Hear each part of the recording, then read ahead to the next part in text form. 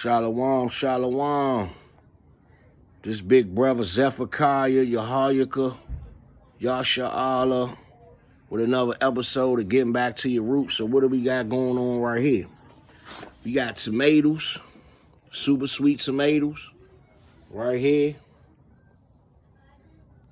Lettuce, romaine lettuce. I just planted some cabbage, some collard greens, and some corn in the back. Just wanted to go over a few things you must have. This right here, when you're dealing with tomatoes, they need a lot of, they like calcium, magnesium. Some people use Epsom salt to get the magnesium.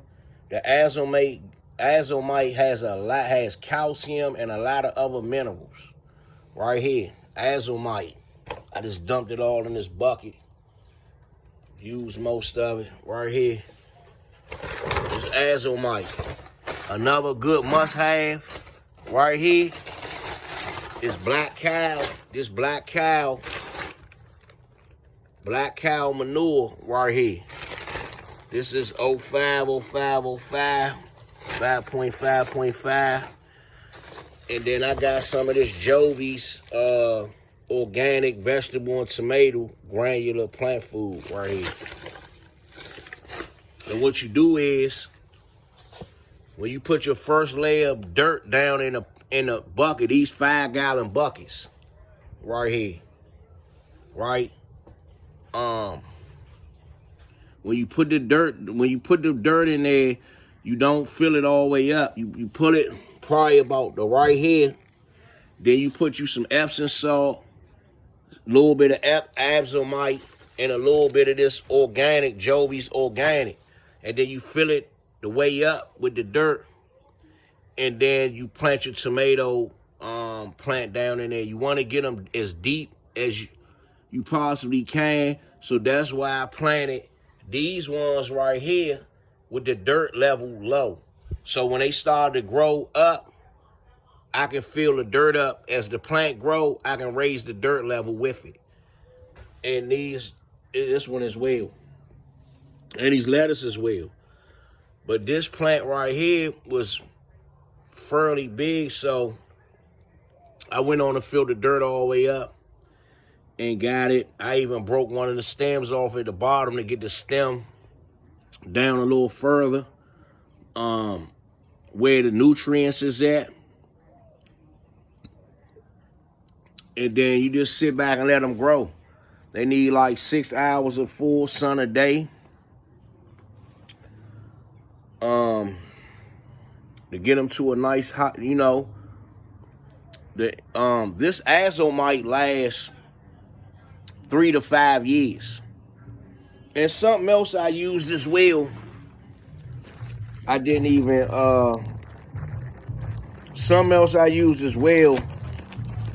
mention.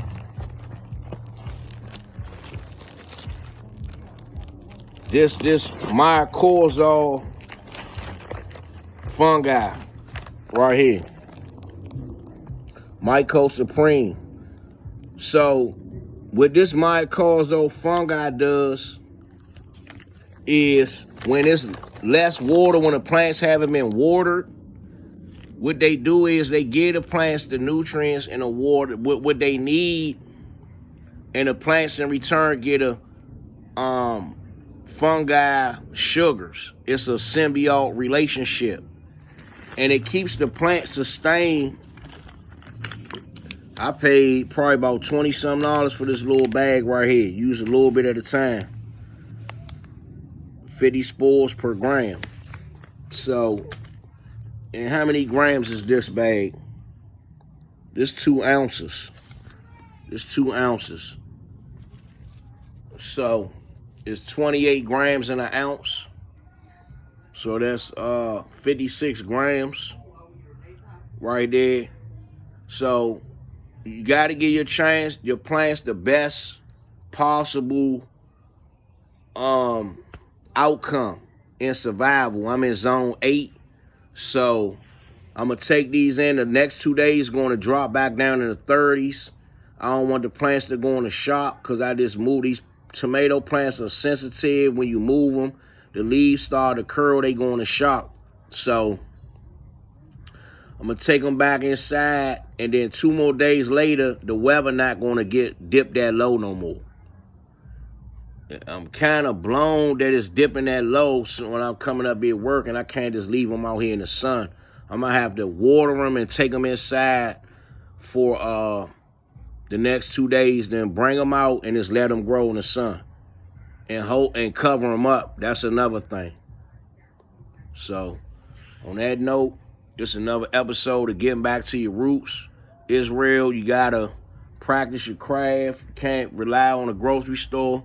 You got to practice. You can't wait and say, oh, when I get some land, then I start practicing growing. You got to start practicing it right now.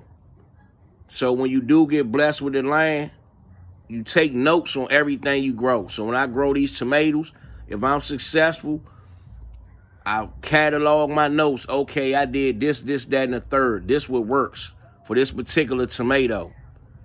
And more than likely, it's going to work because this azomite works for any crops right here. It's a natural mineral that comes out of the earth. It lasts years in the soil.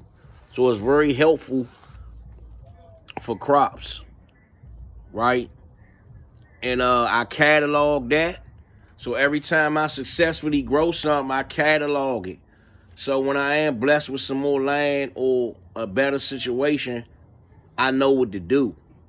I'm not waiting to the last minute and then say, oh, I got to go buy some seeds and then let me go try to watch some videos or let me get some books and try to, it might be too late by then.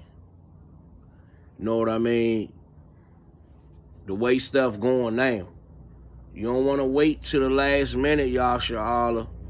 So keep practicing on your craft. We got romaine lettuce, super sweet tomatoes. These seeds right here come from super sweet Sunset tomatoes. Them tomatoes are some of the best tomatoes I ever tasted.